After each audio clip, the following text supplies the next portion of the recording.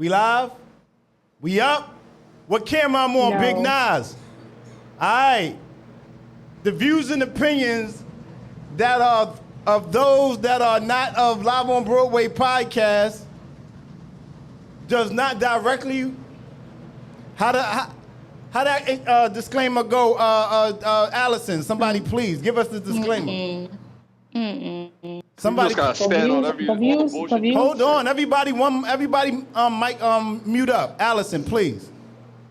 The views and opinions of Live on Broadway podcast is just the opinions and views of those affiliated with Live on Broadway podcast is just what it is.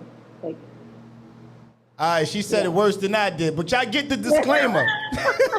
The views and opinions that are of those other than Live on, however it go, there's a whole disclaimer on this whole pod. We are potty Tonight. We are potty, okay? So let's get that out the way. Mike.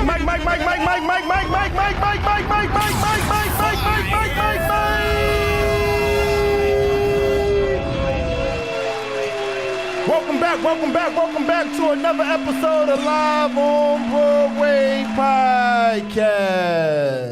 I know that's right, girl. Hey, listen, welcome back to another episode of Live on Broadway podcast, where the situations matter more than the relationships. You heard? The situations matter more than the relationships. If this is your first time tapping in, don't be easily threatened or angered because much like you, every giant here first started off as a perfect stranger.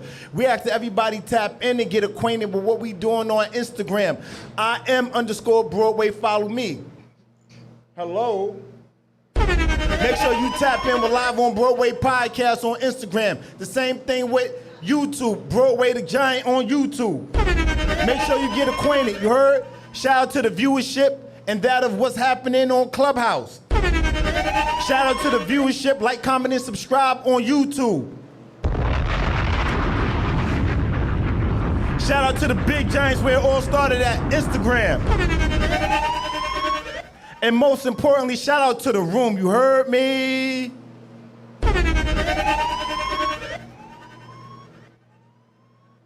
We may need to make sure my lighting is right, cause I'm not. It may be my right side. It may be this side. All right, so look, you can get yourself situated. Come on in, sit down. I'm long awaited. Get a cup. Show them where the cups are, please, real quick, because there's a lot going on in this background, and we got a lot to talk about. Please, let's get it done and get it done fast. You're late. Please, thank you, baby. We got a lot to talk about today. Diddy, Cassie, whatever you want to call her. Man, tonight's going to be special for a few different reasons. Because it's the Hennessy.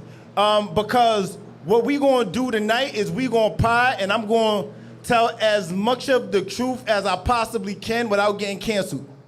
Hello? So, how are you guys feeling today, first and foremost? Allison, how you feel, Queen? Greetings. hey, everybody. I feel great. It's my favorite day of the week, Monday. Happy LOBP day to you, Queen. Darius, Big Darius, happy belated birthday, King.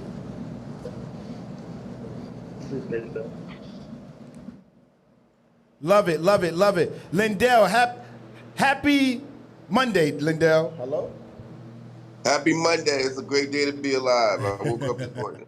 I'm breathing. This is good, you know? Right. If you guys want to hit the button on Instagram, hit the button. I'm gonna bring y'all up live. We're gonna have this whole conversation. Shout out to Always Naturally You. Shout out to the Giants that's tapping in on Instagram. Oh man. Shout out to my room. Put some respect on my room. What up, D? What's happening with it? How you feel, King? One more time. I said I felt like the man on the couch. I left the city about 20 minutes ago. Got here on the train. quick. I said, oh, they wanted me and Roy to be closer to each other. They put me right in the World Trade Center, right there at the train stop. Right there. Just right come there. on over. We have a lunch, brunch, whatever we want to do. Hop, skip, and the jump. Boss status. Yeah. I love it. I love it. I love it. I love it. Now, we have a very, very special, I got to save the best for last, Mel. Right, because I definitely didn't get the very, very special. I thought it was a big deal for me. That's light, something light. DU family around here. I know. We have a very special guest tonight. Someone who's native to these Jersey streets and that's been out here putting in a lot of work. And Melissa, greetings and salutations to you, Queen. Hello, everybody. Give her a round of applause. It's a delight to have you this evening. Just a quick backstory on who you are and what do you do. All right, so my name is Melissa, also known as Mookie Chats. I call myself the Candle Professor. I host candle making workshops and I bring the vibe to people all over New Jersey. Vibes. I like that. Bring the vibes. Fuck yeah. I am here for it all. I'm here for it all. I think, too, one of the things inside of getting acquainted with you is you're a creator, and you do things with your hands, but it's really about the way you pick things too, because it's not just that you make candles and you do the candle thing, but it's really, for me, what I love about you and what I'm growing to love about you is your personality, right? You have a very warm and when I speak to you, you just come across and translate very, very kindly. You know what I mean? And I think a lot of times we as a collective get a bad rap being black, brown, and yeah, that type of people. So thank you for setting the tone when it comes to us. It depends on what time he's on, because he's a kind and generous guy as well, but you won't know that. Well, let me stop spilling too much of his tea. Shout out to Mookie Chats, though. Shout out to my guy DWI. We live. We definitely here to talk. We definitely here to pour up a cup of talk. What up, though, Mr. Radio? I got Lala in here. I got Big King. I got King Chic in here. Those are some strong names. Lala, Mr. Radio, Big Sheep. Yeah, right? So yeah, I thought the same they doing thing. something. Sounds like they got some money for you. On my way over today, I be spilling too much tea. I'm not too much on my lady. Shout out to my lady in the background. She's somewhere in here. I don't know. You here? You present or not? She's always present. So we're gonna talk about quite a few things, and by the tone and industry, what's happening over the weekend, it's been a lot. And I'm not gonna hold no punches. I'm gonna be 100 with y'all tonight. And Allison, Diddy, Cassidy. Cassidy? Not Cassidy? Cassie. Well, Cassie. so you wanna come to, maybe he was bringing her to the hotel. Maybe you wanna meet me in my room, sweet. I wanna be checking on your body. No, that's not how it goes. All right, cool. Talk to me, Allie, one time. Diddy, Cassie, whatever you want to call her. Talk to me. What's the word on the street? What's happening? So the word on the street is that Sean P. Diddy, Puff Daddy, whatever you want to call him, Combs, was recently brought up on charges of sexual abuse, physical abuse, emotional abuse, sex trafficking, and the R word, rape, by his ex-girlfriend, Cassandra Ventura, a.k.a. Cassie. Me and you, that's the chick that sang that one hit wonder song. His girlfriend they dated for about... You have waited so long. I'm trying to answer your call. That chick. That is not the tone. That is not the key. Yes, that's what she sounded like on BET. All right. But anyway, it's the shade for me. Okay. But they dated on and off from 2008 to 2018. They ended the relationship, and 5 years later, now she is coming forward with those accusations. So it happened on, say, a Monday, and Tuesday, he settled. So let me get ahead of all the naysayers, right? Let me get ahead of all of it, because I see a lot of comments and people are saying, why did it take her so long to say and bring these charges to Diddy, right? And these allegations to Diddy, right? First and foremost, I want to definitely say that a therapist would say when somebody's been abused, right?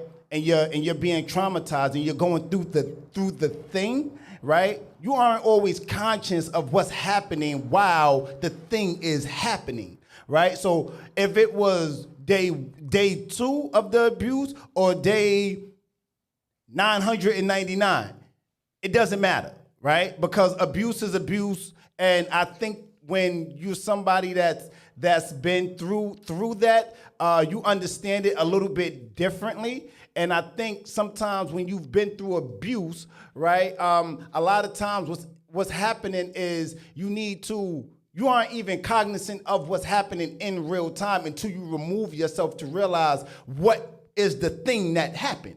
You know, so I want to set the tone and be clear that it doesn't matter if she came out day 2 of the abuse or day 999. Abuse is abuse, right? And I just want to get in front of that, because a lot of you guys in the comments and on the pod tonight might say whatever you guys are going to say, but I still want you guys to let that piece ring and echo in the back of your head. Pause. So tap in with us.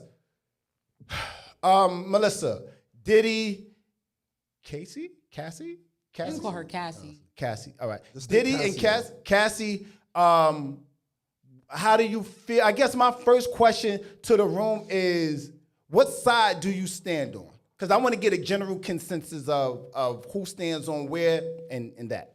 I am Team Cassie all the way. Go girl. Okay. Really proud of her. You know, it takes a lot of courage. It takes a lot of strength to come out and do something like that.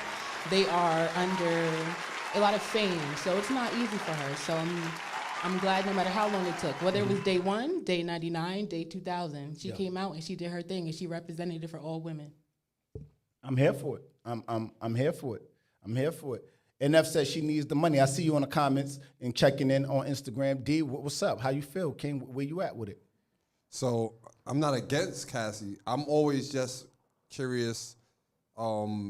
In this vein, when people do civil suits, are they just saying that the money is worth like what they went through of holding on that thought for that amount of time? And if that was the case, he always had that money. Why couldn't she just get that money, go right for it when it happened? Again, not being insensitive to whatever she went through, but yeah. It's a compiled about a bunch of stuff that got rang off in one day, and then it went into court. She got paid, and it was like, all right, now we good. So if that's what it takes, then that's what it takes. But I want to know, where's the accountability? Is the money the accountability for the pain now? I feel like we're in 2023, and that's just how we settle things with money. It was a civil suit. It wasn't a criminal suit. But if you sexually abuse me, your money is no good, like, because I want you to feel some type of pain. I understand, but we're in 2023. When people pass away, they pay them off for money. Right, I get the pass on the way part because they gone, like, so now you just want something. But I mean, you're still alive. I'm alive. I don't want you to have jail time. I want you to pay me and not have jail time, because that's what the civil suit allows to happen. It's not criminal. Or was it a statute of limitation? Because I heard that that variety of the yeah. So as I understand, Allison, D has said that the statute of limitation. Can you delineate further on that? Absolutely. There is a deadline for sexual abuse survivors to file charges, be it criminal or civil. When you want to hit somebody, you hit them in their pockets. That's usually how it is. It doesn't necessarily mean that you want them to go to jail, but a lot of times people don't take you seriously until you mess with their money. And as much money as he has, then yes, pay me, retribution, reparations, whatever you want to call it. Give me what I owe. And also, his name now is out here. People are recognizing that he has a history of abusing people. Look how long it took for him to pay his artists. So now this it's out. People are waking up. Look how long it took for them to do R. Kelly. Now he's being looked at in the same vein, and he might have some other people that come up and are able to say, "Hey, this happened to me too," and he might be hit with criminal charges. So the spotlight is on him, and that's what she did. Okay. Okay, I definitely want to see what you guys are talking about on YouTube. Like, comment, and subscribe. If you listening to us on Clubhouse, hit that link at the top and hit that like button, please. And thank you in advance. So I want to highlight a few things. Diddy Cassie. I don't know. I know her name is Cassie, but it's so hard for me to say it. And I'm not being facetious when I'm messing up her name. So she was with Ryan Leslie a long time ago. First, as I understand it, before being with Diddy, right? And then as she's with Ryan, did Ryan Leslie bring Cassie to Diddy? He introduced her to, I believe, right? They worked together, right? So, but not too much on Ryan Leslie. Diddy's I got some stuff to say. But then she started dealing with a soccer player shortly thereafter, right? As I understand. And then she got married to, I think the guy name was Alex Fine, right? Was he a billionaire? What was he? He's personal trainer? All right, cool. So she got married to this guy. I just wonder, how do you make that transition from currently, she's still married to him? Anybody know? She's still married?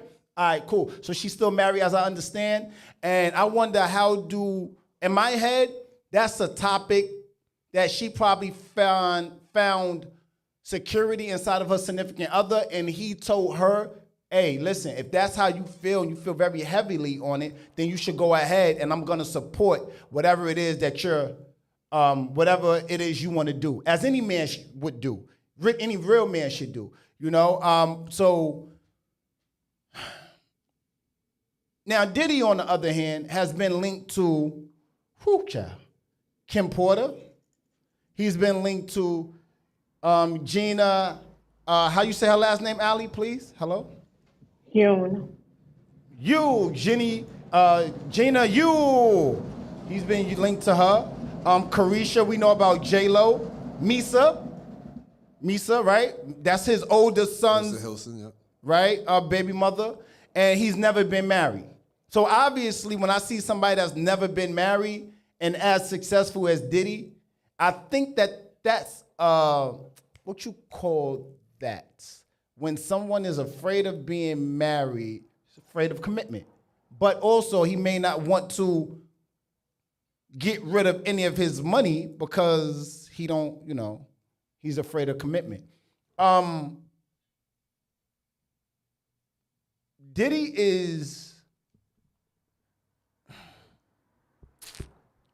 I'm not curving my tongue. Okay, I see how this is going to go. Yeah. I see how this is going. I see what kind kind of pod. All the views we can get right now. I see what kind of pod this is going to be. I like Diddy. I like Diddy. I'm not standing. Y'all know me on many pods. We've come in here and we've had conversations. When I get to know artists and I meet them based off of their artistry, what do? I stand on the side of their artistry. I don't care about what R. Kelly did. I listen to R. Kelly music. I don't care what, and I'm not, no disrespect to the abuse, to those that's been abused, but I think that when it comes to Diddy and the media and what's happening, there seems to be an ongoing trend of tearing people down. And I know what y'all gonna say tonight, but it's not my effort to...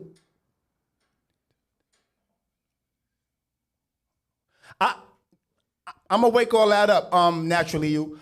I think that in regards to Diddy, is there any grace that should be offered to Diddy? No. No? No grace for Diddy. Nope.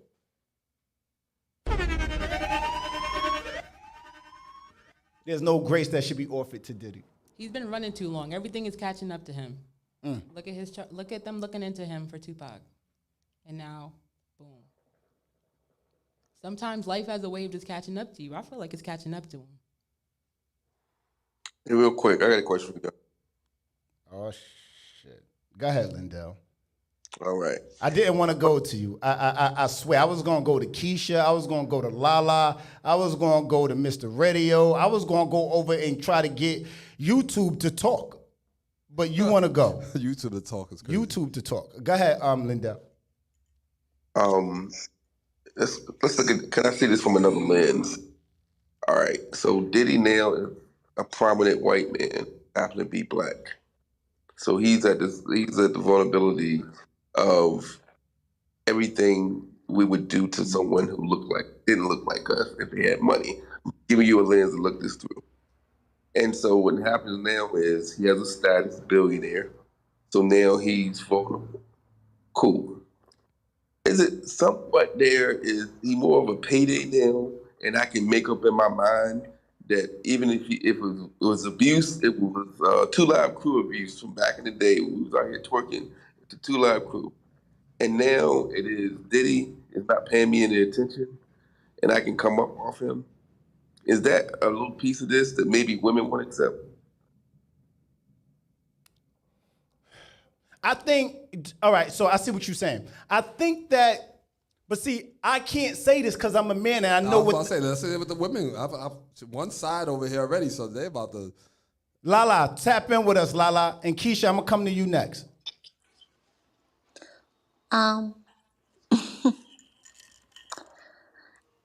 I feel like this personally, I don't know what to say because I've been in those shoes and there's no amount of money that could take away the PTSD, the nightmares, the living, the trauma and the abuse, the bruises. There's nothing that could take away that from me. So for me, I really don't know what to say. It's not that I don't stand in solidarity with her. If that's how she chooses to fight with, litigation, then I'm for it. Like that's your business. But for me, I would go. So just real quick, and Mel, on you, Mel. So you said earlier that the way to hit him is through the pocket, right? So, and you also highlighted that it was a civil suit. Why not a criminal one? If because going off of what you said, D, if somebody is been sexually assaulted or been trafficked or been a plethora of different things, and I'll come back to the book.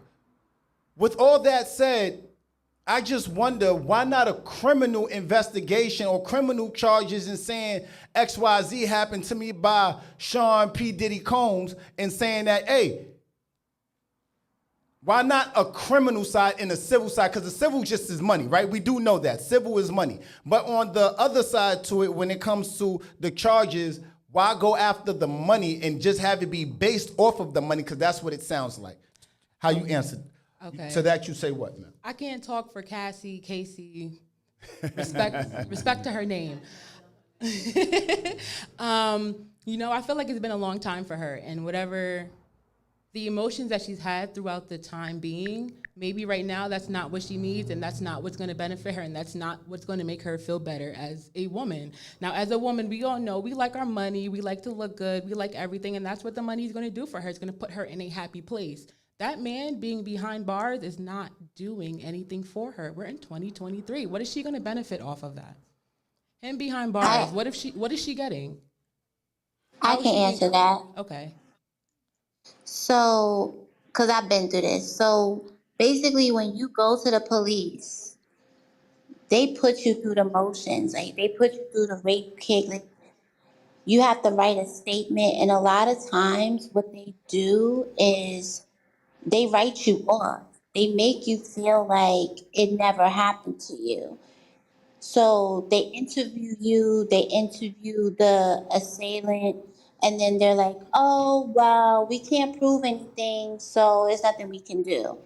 And that's why a lot of times a lot of women or a lot of victims, it's not just women, but a lot of victims don't come forward. So maybe in this case, that's why a lot of people go for civil instead of criminal. Because there are a lot of instances where in the criminal side, they don't really do their due diligence. All right. There was this. I'm sorry.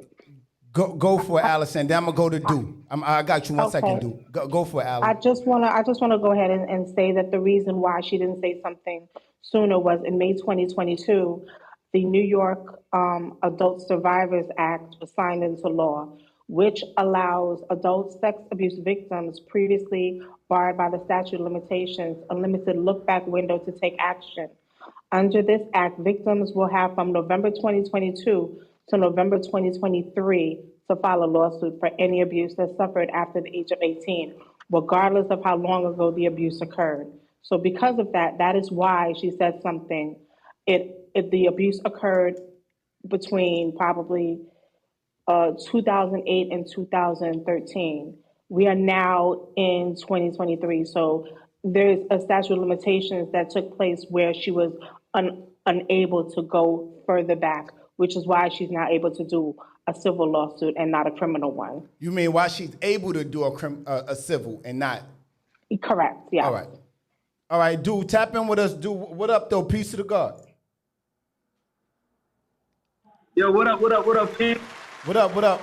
Tap in. I'm going to get to some of these comments. I see a lot of these comments going crazy on Instagram. What up, though, King? Ain't nothing, King. Let me know. Nah, go for it. I'll speak your piece.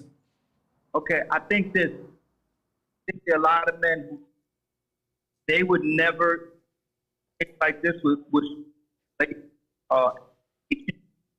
this wasn't.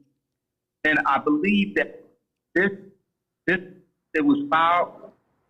Investigators out. Hold on, wait, King. It's hard to hear you. You're going in and out every other word. Can you hold your phone? Yeah, hold your phone without covering the bottom, maybe. Or I don't know if your Wi-Fi is on. Turn it off if you're not connected. All right.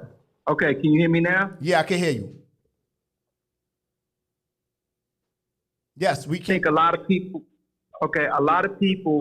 a lot of men are saying that they would take this out in court. They wouldn't settle with those accusations. They would fight it in court and clear their name. And I think there are going to be a lot of investigations as a result of the allegations made in this case. I know somebody out there trying to put those together, so I don't think that this is over by a stretch. Yeah, I definitely concur. I don't think it's over. I think more would definitely be revealed. But now, let me pose this hot question. Let me pose this very hot question. Do you guys think that there may be an agenda against black men? Is there an agenda against black men when it comes to these allegations, so forth and so on? Because that's the question, but let me say this. I think that it's very easy, and we're going to talk about this power trip, because it's very easy to not be familiar with power. And I think, ladies, respectfully, I think you guys are born into victimhood. I'm going to wake it up. That's what y'all came for. We're going to talk about it. I think, ladies, you guys are born into victimhood. I think you guys don't know too much about being on the other side of power. And the reason why I'm going to say that is because I also watch and see certain women that get a certain bit of power, and then you guys start ego tripping yourselves. Hello? I think you guys, when you guys get a bit of power, the roles start being reversed, and we start seeing When the lady's been out working all day and she comes home and the dude is sitting on the couch. We seen Issa Rae, right? Insecure and Lawrence. We seen it. And she's working all day. It's just it's a mild example of, oh, I've been outside slaving, getting to the bag. And I come in this house, and so now the emasculating starts. So I think that it's very second nature, first nature to women to know and explore victimhood. They just want to be a victim, because when the lady's on the side of the street and she's being a damsel in distress, that's very second nature to her. Men, we aren't really familiar with look at God. We aren't really familiar with victimhood, because we put it on our shoulders and we got in the blaze of glory to do what we got to do for our family. To that, you say what? Anybody, go for it. I want a woman, and particularly. Okay. Oh, D? No. D, go. Because I was going to say, first of all, you said black men, black women don't date white men, so it's not a good ratio for us to even add anybody else in. Like, you know, apparently they don't. All they know is the traumas that they deal with black men. So, I mean, it's just on us. I'm just saying. I mean, I think that when this happens, it's very easy for Cassie to return back to who she naturally is after this, because you're gonna have people far and near, including men, that's gonna say things that's gonna echo the sentiment of, yeah, but she's a woman. Now, if you get a woman that says she's been raped, not too much on that, what's gonna end up happening is she can get back her ownership of who she is, because women are gonna pour into her as they should. They're gonna pour into her, they're gonna be sensitive, and they're gonna be understanding to what that is. But let's reverse it for a moment.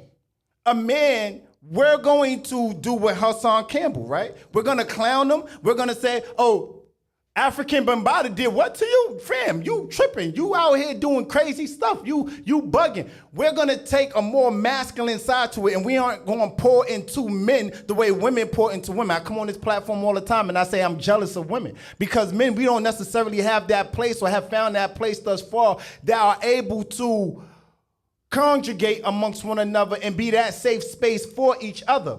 So when women, I watch, and I'm trying to get a group of men together. Dupreme, you probably top on the totem pole to get a group of men together to start coming together and start trying to figure out how to conjugate and pour into men better, because you guys do a great job at being supportive. So what I'm saying is Cassie will survive this situation. But if the roles are reversed, it's very easy or very hard for Diddy to survive this situation if the roles were reversed. We see what happened to Johnny Depp, didn't we? Those situations don't play out in court all the time, but sometimes just because you're a woman don't mean you're necessarily a victim.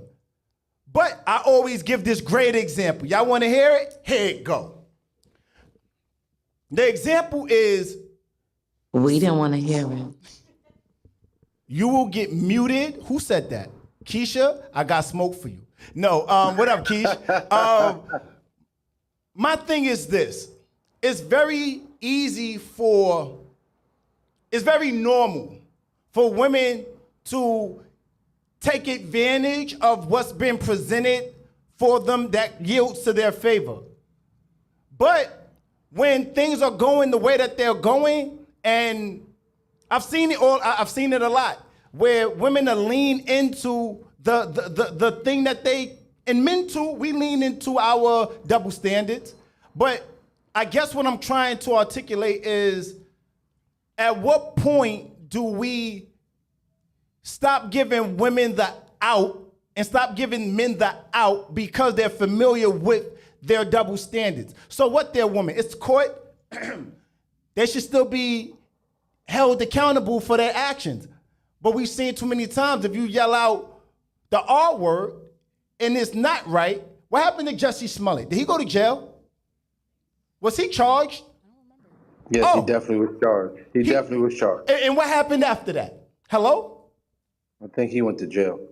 My point inside saying all of this is saying that It's only two groups. You're getting upset. Hold on. It's only two groups. It's only two groups that get to say and do whatever it is that they want to do, and when it all falls short and it doesn't pan out the way that they want it to be, they get to rest on their laurels, or laurels, however you say it. And y'all know what those two groups are? D, do you know who those two groups are? Nah, go ahead. You go. The two groups are women, and the two groups are those that act like women. Hello? Wake it up, wake it up. I'm just saying, I can be, hold on, wait, I'm saying because women, you guys, not for nothing, not too easy on the women, but you guys, right, you guys support that of those that act like you guys, right? So what I'm saying is when it comes to it, and not too much on that, I'm just saying at what point, like the Jussie Smollett's gonna come out of that unscathed.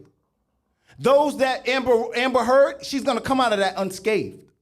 So I'm just saying, when it comes to Diddy and Cassie, she's gonna come out of this unscathed.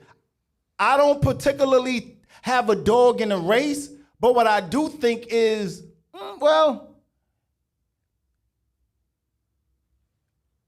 justice should be served. If that's what happened to you, and I hear what you're saying, Melissa, but justice, I feel as though justice should be served. And you should want to put him in jail because that's going to stop him from doing this to somebody else.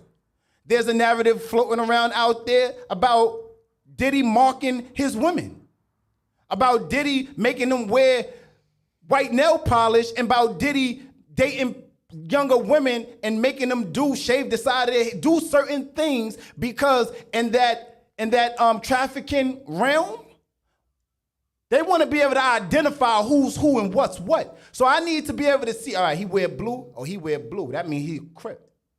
All right, cool. I don't got to do too much. I already know that this is what he wearing. So this is the people and company he keeping. It's easy to identify. Oh, she got white nail polish on. All right, I can have a conversation with Diddy about something. Everybody else that don't know the gang code or don't know the gang life or don't know that realm, they might be naive to what's going on. But if that's what Diddy doing, then Diddy should send him up the creek without a paddle. Not too much on Broadway. I'm done. Go. Somebody talk. I got two things to say, Glenn. Please go. One. Not one, but two. I feel like you have to hit him where it hurts. Okay. And I feel like hitting him in his bag is what hurt him. Did that amount of money hurt him? That's what I'm saying. Did that The 30 million don't hurt. Nah. I think you're right on point, right? You can hear me, King? Yeah, we hear you. I think this, right? You said something. Once that's leveled against the man, ain't no coming back from it. Like slowly but surely, brands are gonna disassociate themselves from him. Like you are in all his business dealings, what marketing person is gonna want to align themselves with the person who has that kind of accusation on them? They won't admit it, but yeah, we're gonna see the result. His bottom line or all his work are gonna be impacted. I'm gonna give it to you right now, Mel. The accusation is worse in most cases than the actual charge. Because even if you're not charged, you got this smut on your record. And I heard somebody say, and don't put too much on where I heard it from, but Diddy said, yo, I'm a businessman. I need to do business. These white people ain't gonna jack me if I'm doing X, Y, Z. So of course he wants his name to be cleared, especially with his legacy. But carry on, Mel. Go for it, Queen. And point number two, you said that he should be criminally charged to protect other women. I feel like any woman that messes with him after this, after hearing everything that comes out, that's on you. You already know everything about this man. It's already out. There's a truth to everything. I'm not saying she's telling the truth 100%, but there's a truth to everything. You kind of know what you're mixing in with. You know who you're starting to deal with. So now it's out in public. If you choose to deal with that man, then that's on you, knowing what he's about. Well, no. One mic on Broadway. So here's my thing to that, Mel. Okay. Don't be yelling at black women on this app. What up, Keys? Shout out to you. So here's my plight with that. Okay. Because if it's R. Kelly's first victim or his 99th victim, the 99th victim she shouldn't be pushed aside because we heard about what happened with the other 98 victims.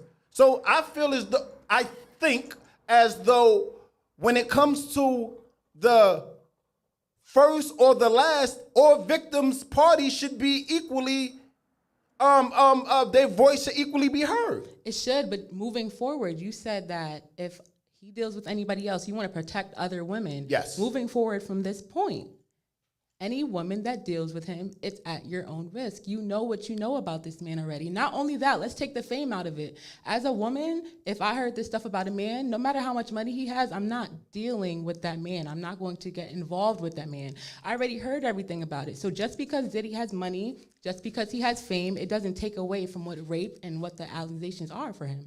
Yeah. Go for it, King.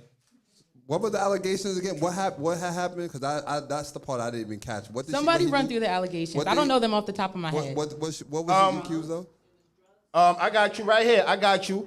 On Thursday, November 16th, Cassie filed for a civil lawsuit against Diddy, accusing him of rape, sex trafficking, physical abuse, and controlling every aspect of her life during their 10-year personal relationship.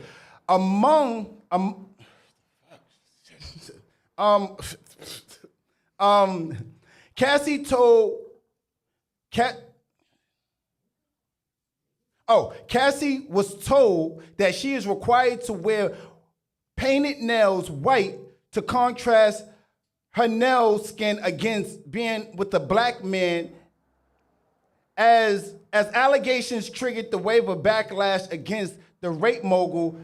Claims of grooming have surfaced online. So the rape mogul or the rap mogul? Rap mogul. That was crazy. So the charges. Listen. What I'm see, I can't have this conversation without. Go ahead. How do you seek justice if you're going after the bag? No, even before that. All right. Okay. Year one. He does something to you, you don't agree with it. You're Cassie already. You're already making money in the game, right? She didn't get on through. She got on through Puppy? I forget where she even came from. Ryan Leslie. She got on through Ryan Leslie, actually. Thank you. I know you got the facts. I know. We're going to get to you in a minute, Keisha. And that's another thing, too, that whole dynamic, but that's another subject. So what I'm saying is, again, I'm gonna speak from a man, dealing with men that I can't control. I don't hang around with bullies, and I don't get bullied, right? And if I had to handle something for my life, for my safety, I got family members, I got myself, and I'm gonna do that. Yeah, I'm not gonna stay somewhere in nobody's relationship. So I don't understand. 10 years later, where is the family, friends, and whoever to take you out of that situation? Well, D, I'm a man. I understand and stand side. Hold on. I'm a man and I stand side by side with you, right? But there's a certain amount of empathy to that point that you just made. With women, we're not women. And I believe that certain women go through things based off. Certain women get with certain men, and certain men manipulate certain women, right? I think that that's a very true statement, a very true thing. I am in the core of me, I believe that some men stand by women and they're going to manipulate. I was having a conversation with my lady the other day, right? And we was talking about some men, they'll know, or some women in reverse, but we was talking about something else. Because women manipulate men too. So what I'm saying is when you're the prize, say I'm dating a woman that's the prize. I'll try to manipulate her and say, you ain't all that, sweetie. You ain't. And try to finesse her to get her to believe less of herself so that she can be dependent on me. All that and you just hang around like you. They drugged and induced. Okay. So to that, okay. And then when you're dealing with a powerful person, You know, like, let's use this example, D. If you're a hobo, right, and you're homeless, you're gonna do whatever.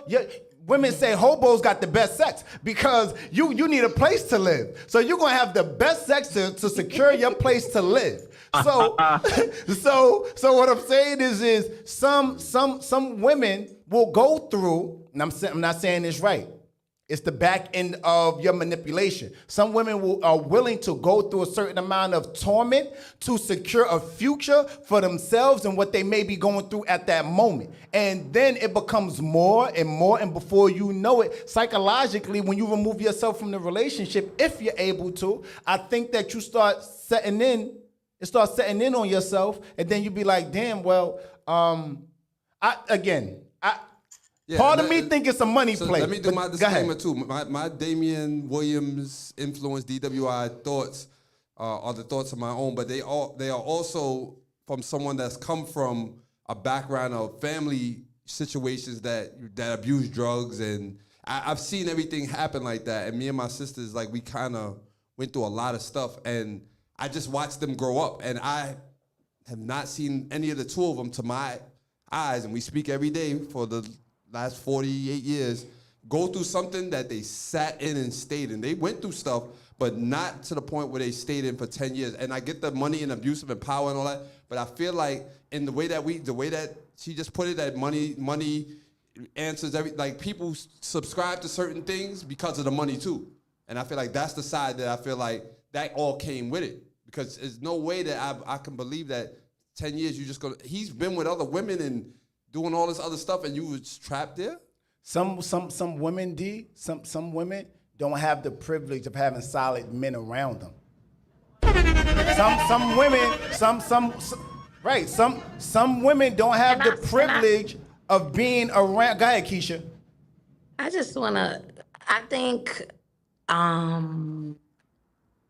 something that we do online a lot that I'm not a big fan of is the whole gender role specifics, especially from people who aren't really, like, if it's nobody over 50 on here talking to me about like a traditional role of a man and woman, it gets a little agitating, which I try to be mindful of as a woman now, of speaking of what men like, because I've never been a man. I've been born a Black woman, and I'm the same way. But I was going to say, it's crazy how we as gender role specifics always have a hard time understanding why. I would think, I'm not judging Cassie on why she stayed, because I think it's always hard to say what you would do when you were never in a position. You understand what I mean? If Bill Gates' wife was busting you upside your head every night, she's worth $32 billion. I think every man in this room is staying. That's me, but I've never been a man. No, DWI. Secondly, DWI, especially you, because you look like you like it rough. I feel like you might be telling her. Wake that up! I feel like when she busts you in the head, you might look her dead in her face and say harder, but that's another room. Moving on to what I was going to say on the men having a hard time figuring out why Cassie stayed. The same reason that a man will meet a woman at a party, have sex with her unprotected, and get her pregnant. Y'all seem to understand that. But y'all don't understand why she would stay with a man that is maybe providing a source of something for her that she's never had before, a sense of security. I know that I do absolutely like when a man feels in charge, or if you've ever, not that I'm not speaking about me personally, I'm just talking in general, dealing with a man who is in a boss factor, when you are around him and see him handle certain things and certain things, you move a certain way. Let's say you chauffeured everywhere, or he has an assistant or a butler, or things like that. It's a lifestyle that may not be as easy to leave as people think that it is, because she's not the only woman to stay. She's not the only woman to stay. What I do believe happened, and this is the only thing I'll say on it, just because I don't really like to harper too much on people that are doing better than me. Both of them are, Cassie and Diddy. I will just say this. I think that because Cassie is a Virgo woman, I am also a Virgo, not that we share the same sentiments or anything, but normally in Virgo women, when we decide to leave, because we're overthinkers, it's like we're okay with whatever the consequences are. So she's been gone almost 4 years. But I do think when you are dealing with a man who's not used to hearing no's, and everybody knows he's synonymous with with those memes of him always getting his way, not taking no for an answer, which also makes him a great businessman. Sometimes those things are gifts and curse. Same thing with Kanye. The genius of him in music also gets us a different type of person, that we got to deal with. But I think with that he didn't want to take no as an answer. So I think by now, because Cassie's husband isn't anywhere close in our financial status as Diddy is that he expected her to come back, and she didn't. And she seems happy and well off. Whatever that may be, because it's not always monetary for people, especially if you got it and had it and was in it for a little while. That she was dated, were together for 10 years. So I think that was her flinching. I think something else new happened and she was kind of tired of it and said, if you can't, or maybe it was before when she was like, the next time I'm going to do this. And I feel like because it's 10 years and she knows where all the bodies are held, I normally don't flinch unless I'm going to punch you. I'm not going to just flinch at you for the fuck of it. So if Cassie was on that type of time, especially when you got a Diddy in your back pocket, I think she did what she wanted to do. I don't think if he wasn't bothering her, she might have dampened on. And that's just my thoughts. I don't know. I was never there. I didn't speak to Cassie or Diddy. I just want to say those things out loud because sometimes I hate when people get online and speak like we know these people or were ever there in any of the acquaintances. But that's just my thought. I don't want to judge her position because I've never spoken to her about it, but I do think we need to give everybody the same grace that we would want each other to give our women, people that mean something to us, cousins, mom, sister, etc. Everybody wasn't raised the same. Everybody is not as strong-minded and strong-willed. I have a friend right now, just even on this note, who she's with a man who ain't got a lick of money. And she stays. And every day I keep trying to carry the two and bring down the one for the way that he looks at how he treat her. But what I do think is that because in her life, as pretty as she is, she's never had a man that provided for her the way he did. It's very hard for her to leave because she was saying, what is she going to leave and go to? What else is out here for her? And that's her mindset. And I think that she's a pretty decent young lady. So that's my piece. Thank you. So you had mentioned like punches or something like that, and I thought of an analogy, and I don't want to not too much on again the domestic part of it, but I always think of this like when I see boxers fight or like somebody get in the ring and want to fight Mike Tyson, like it's like you're not gonna win, and so they really doing it for the money, and you about to get your brains knocked out for this money. So I'm almost thinking when I hear you say that, it's like some people sign up for things, not to say that they sign up to get abused, but they're willing to go through certain things to get a better life. Some people do more for less. Yeah, because it'll be the women that was like, oh, would you let a man cheat on you if he gave you $7,000 a month? I know women doing it for nothing a month and allowing it to happen. So it's kind of like, it's the lesser of the devil sometimes. Not saying that it's right, but only you stay with you at night. You understand what I mean? And if you got things to do and bills to pay, I'm never judging a woman, or I try not to even judge men now for why they're doing, but just get more of an understanding. And then maybe I also say, when somebody don't like something, they move. Like if somebody don't like something as an adult, they move. And until they had enough, you can't have enough for them. It don't work like that. Yeah. So what's interesting to me is how fast they settle. That's one of the things. Right. Right. How button for that, because that's right. Why is it interesting?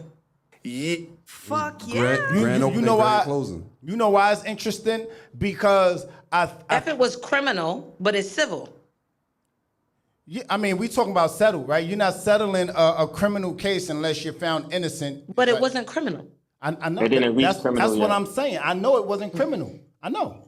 What I'm saying is it's interesting to me how quick they settle, right? Meaning, all right, these allegations have been brought to you. As I understand, she tried to ask for this money before the actual charges came out, and something about, again, this is hearsay, something about a book that was coming out, a tell-all book, and when she was trying to get this money for years, and then now she had the wherewithal to take it to the degree of where it's at now, or where it was then, and then once she took it there, he said whatever he said, you ain't gonna drag my name through the smut. But I'm very certain, and this is the interesting part, I'm very certain that this nips it in the butt for her. I'm pretty sure there was a ironclad NDA gag order. You can't talk about nothing. We talking about Diddy. Diddy don't play with that paperwork.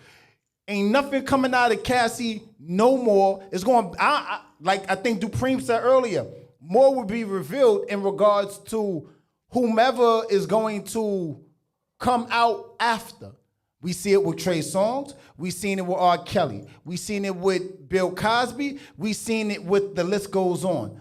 But, Russell Simmons. But there's only one common denominator there. You know what that is, right? What? They're men. They're men. And not too much on siding with a man because I'm a man. If you did that, you should get for that shit. If you did it, you should be held accountable. Y'all know me, king accountability. What I think though is when it comes to understanding and knowing what a person has the capability of, to you, Mel, or I think it was D. Yeah, you did. You should be getting out of that, especially when the rumors has it, you should be getting out of there. You shouldn't be staying in the situation. I know that crosses out some of the pieces I gave earlier, but all I'm trying to say is, in short, is we got to do a better job at identifying something and not thinking that I'm the one that's gonna jump. If I'm the frog, I'm gonna be the frog that takes the scorpion across the pond and not get stung. He's a fucking scorpion. Of course he's gonna sting you. This is what, no pun intended, he's a Scorpio. But this is what they do. Might be onto something. This is what they do. You get what I'm saying? So I think we gotta stop trying to reinvent the wheel here, and where there's smoke, they say there's fire. So I believe if you can't beat them, cheat them, right? So, and I believe women be in a position where you don't have to sit through so much abuse, where you can put something together and come out on the side like how Cassie came out on without going through all that. Once you see that, all right, this is not for me, but he playing games, all right, I'm gonna figure this out, and we're gonna get this bag without dealing with that. I just don't know that I'm just gonna risk my whole life for some money when I have talents that I can get somewhere else. I don't know. Like, again, I'm thinking like a man. People risk their whole life for money all the time. Where you get up and go, especially if you work in New York City. But now, is she the victim? Or is that part of the plan? Whoa, stand in front of that, Keisha. Now, is she the victim? So I don't think. Here we go, dancing. I don't even think don't that dance. she was. Don't dance. I don't. The only dance that I do is the Millie Rock. Don't tussle. Don't dance. You like to tussle on Clubhouse. If you know somebody is a poison, if you know this fruit is poison. But I don't always think that it's that easy. That's what I'm saying. This is the amount of empathy not shown from men that be wanting you to believe the most stupid shit. The hickey on your neck is because your friend hit you with a bat. You could be in love with two women at the same time. You living with your baby mother because she's living with you. You don't love her, but you love the other. Y'all be wanting empathy for the most dumbest of shit, and y'all can't get into not too much on the S words. Girl, empathy. Are we lacking empathy? No, but Keisha, we don't lack empathy. The issue, and we're gonna spread it around. But Keisha, I'm not gonna say that she's a victim, but I am gonna say maybe, let's say in the relationship. I'm not gonna say she was a victim in the relationship because I think that's something that you can decide you don't want to be with someone, and that can be like a little bit more clear. But I do believe maybe there was some type of, when those type of men don't want to hear no. Again, I don't want to speak about me personally, but I'm in a group chat. I know some very good women and some solid women, and sometimes I'm explaining to you that men with power do not like to hear the words no. Keisha, what kind of shoes you wearing right now? Let me go. Disco shoes. Well, what kind of? Because you going dance, honey. Honey, you gonna dance, you gonna do the bachata, the merengue. That's not a dance. That's a real situation. No, I'm not saying it's not, but the question is if you know I'm handing you a drink of poison, why are you drinking it? If you know this man has allegations and you've been known for doing X, Y, Z, so never mind. It's okay.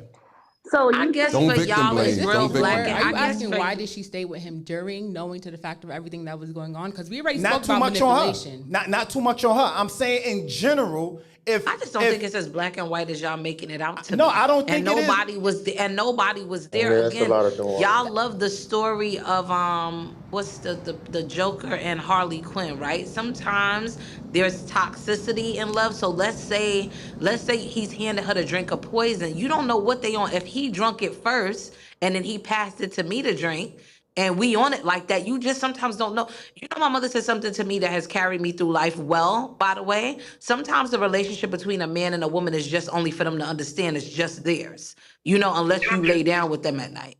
So I think that as much as we want to be Law and Order SVU and Detective Benson and Detective Stabler on this internet, I do think that there's parts of that we're never going to understand and unpack because we were not around it. And so we can speculate, it's fine, but I'm not just going to jump to conclusions for things that I really don't know. Now, the only thing that I really do feel like we have to stand on is the fact that this is not the first, second, third, or fourth time he's been accused of these type of things.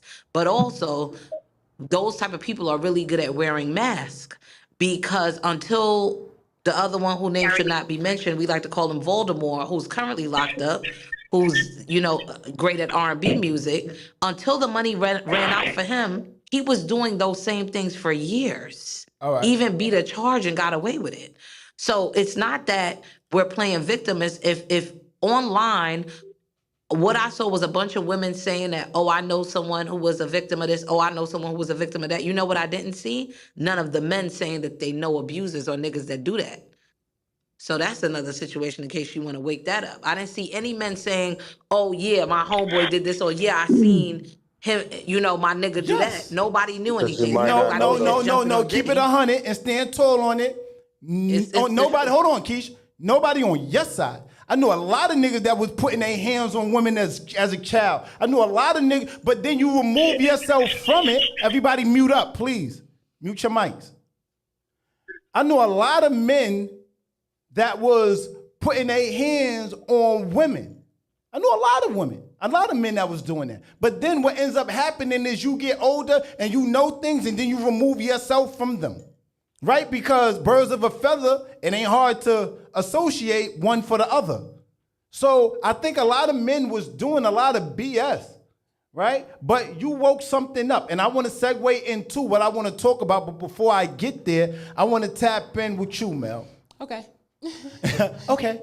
So shout out to you, Mel. Round of applause. Great conversation, too. I love it. I love the passion. So, Mel, tap in with me a little bit more. Earlier, we spoke about you doing candles and you being a creator and you know, being in that realm of could you delineate, give us a little bit more? How long have you been doing it? Like, what's your specialty? Is there any scent? And just please, everybody mute up. One mic on Mel, not too much. All right. Hey, everybody. All right, Mookie Chats. I call myself the candle professor because I teach people how to make candles and we bring the vibes, we light up the room. I've been making candles since 2019. I feel like the pandemic put everybody in a position to kind of find their purpose, sit down, reflect a little bit. As time went on, I realized I do like to talk to people. I like to light up the room. I like to see people happy. And candles made me happy. So I wanted to carry that on to other people. So I started hosting candle classes around New Jersey. Still on the move, different type of candle classes. We can do a sip and pour. You know, you have people out there that are into cannabis. So sometimes I have a cannabis event. You could come, you can puff it up, you can pour it out. Little stuff like that. I love, so back in this, September, what was it? September 15th or something like that. We did an amazing Candles and Conversations event with no other than Mookie Chats, Melissa, and it was amazing, right? Everybody came, they pulled up, they sip, they made their candles, right?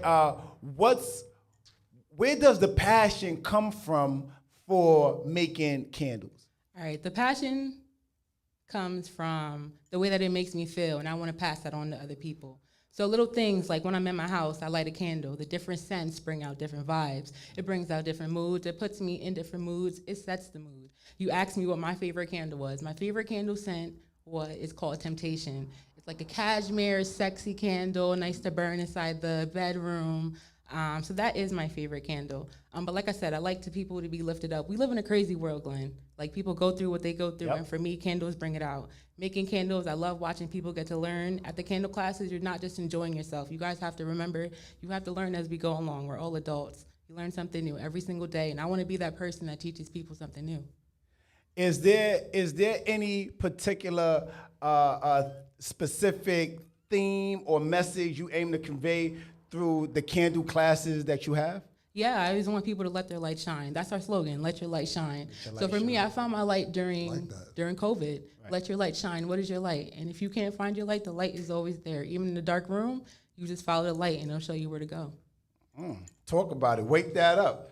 Wake that up. How do you envision participants to benefit from both creative and conversational aspects of your classes? Conversation-wise, Glenn, you bring great conversations to the class. I feel like it allows people to just call him Glenn? Yeah, Glenn B, right? That's what you call him? That was crazy. What you call him? Not the government name. I like her already. Okay, I like Glenn. Why you stepping on? But that's how he introduces himself. My bad, please, my bad. Listen, the white noise going to try to. Please, not too much on Mel. Let her work. Please, thank you, Mel. But yeah, I want people. Wait, what was your question? Threw me off. Right. So the question is how do you envision participants to benefit from creative conversations in the aspects of your classes?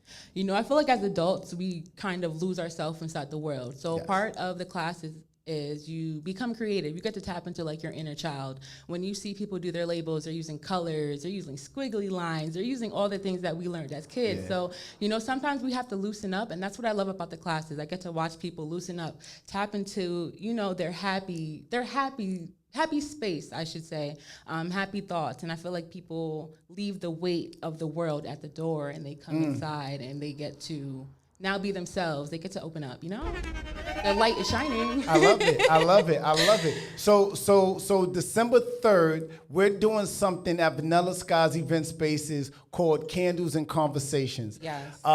Melissa is going to be our instructor. She's going to tap in and actually manifest all of the goodness that comes along with lighting candles. Now, for me, I'm one of those people that believe in speaking things into existence, right? And the grounding experience that comes with lighting candles, right? So when I light a candle, I'll set a good intention attached to lighting the candle. And then when I blow it out, I'll say, and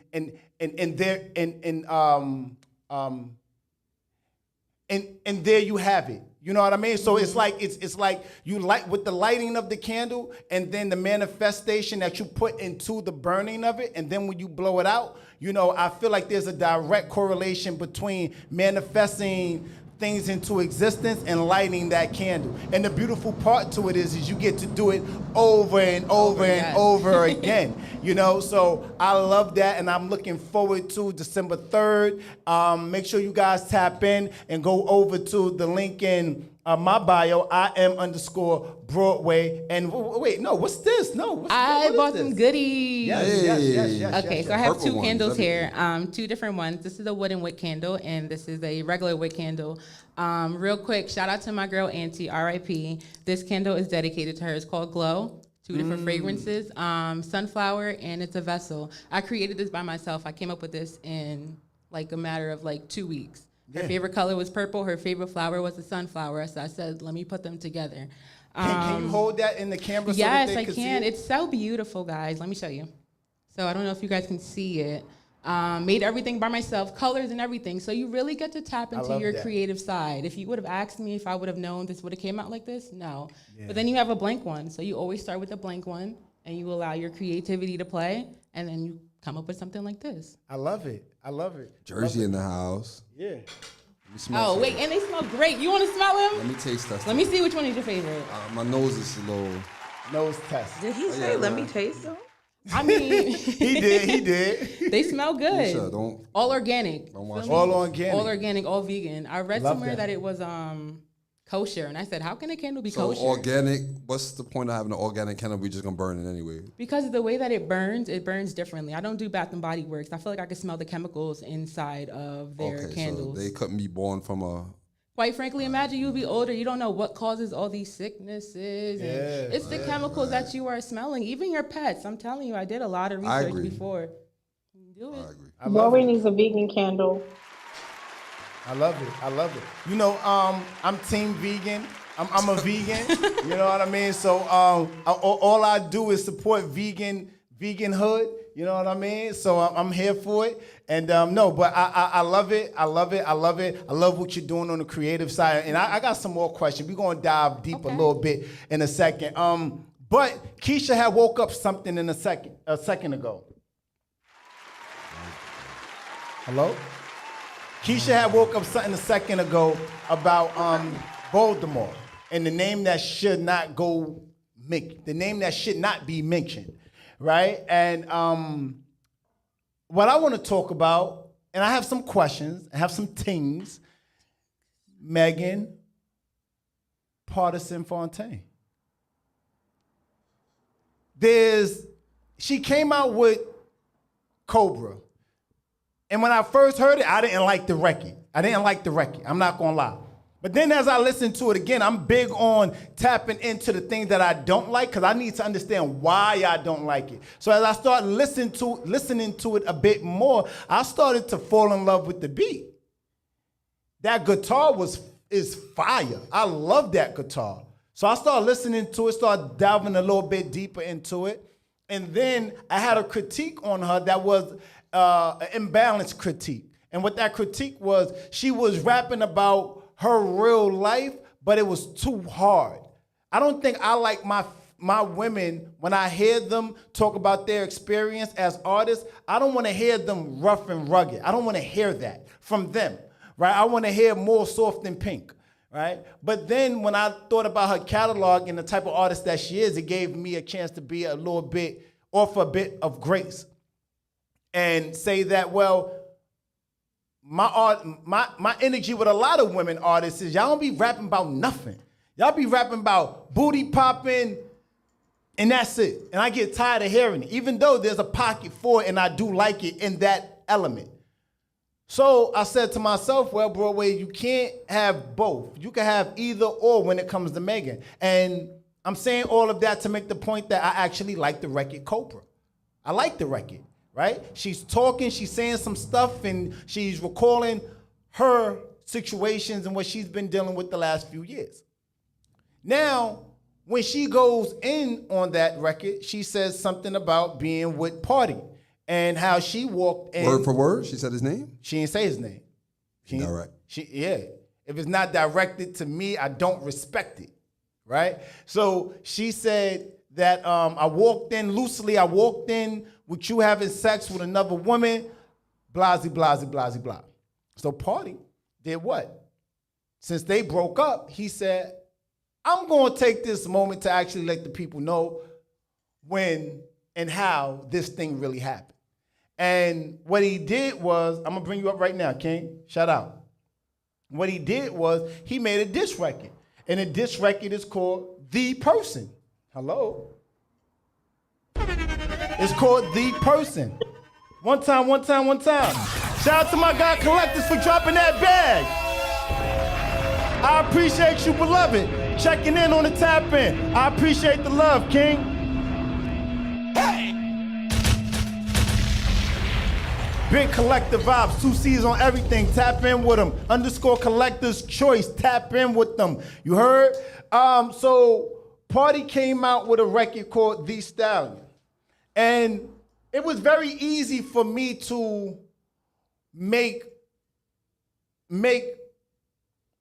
and write and remember rather what Megan said, because she only said a line. But what Hov said, you made it a hot line. I made it a hot I song. made it a hot song. So Party did what rappers do. He made a diss record.